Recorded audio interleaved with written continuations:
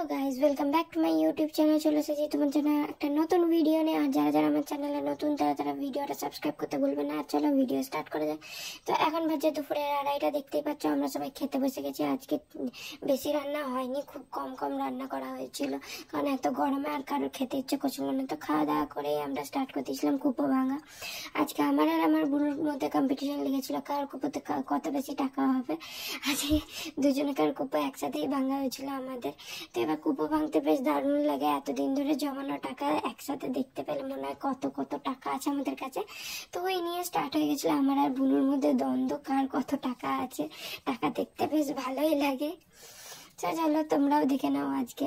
কিন্তু আমাদের কুপোতে বেশি 10 টাকাতেই ভর্তি ছিল, তাই বেশি টাকা হয়নি, কিন্তু দেখতে বেশ ভালো লাগছিল, কত টাকা লাগছিল দেখতে।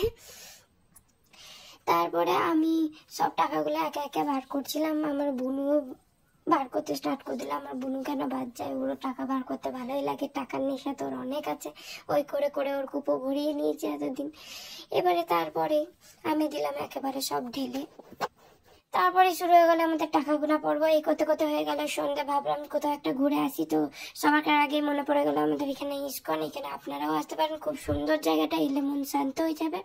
তো এই করতে করতে আমরা চারিদিকটা ঘুরলাম, কৃষ্ণর দর্শন করলাম। ওইখানে তো ক্যামেরা এলাও ছিল না, তাও লুকিয়ে ছবি তুলেছি, তোমাদের জন্য একটা ছবি দিয়ে দেবো, দেখে নিও। আর তারপরে দেখতে পাচ্ছ চারিদিকটা ঘুরতে ঘুরতে অনেক রাত হয়ে গেছিলো আমাদের, প্রায় আস্তে আস্তে 9:30 হয়ে গেছিলো। দিয়ে বাড়িতে এসে একটু বসেছিলাম।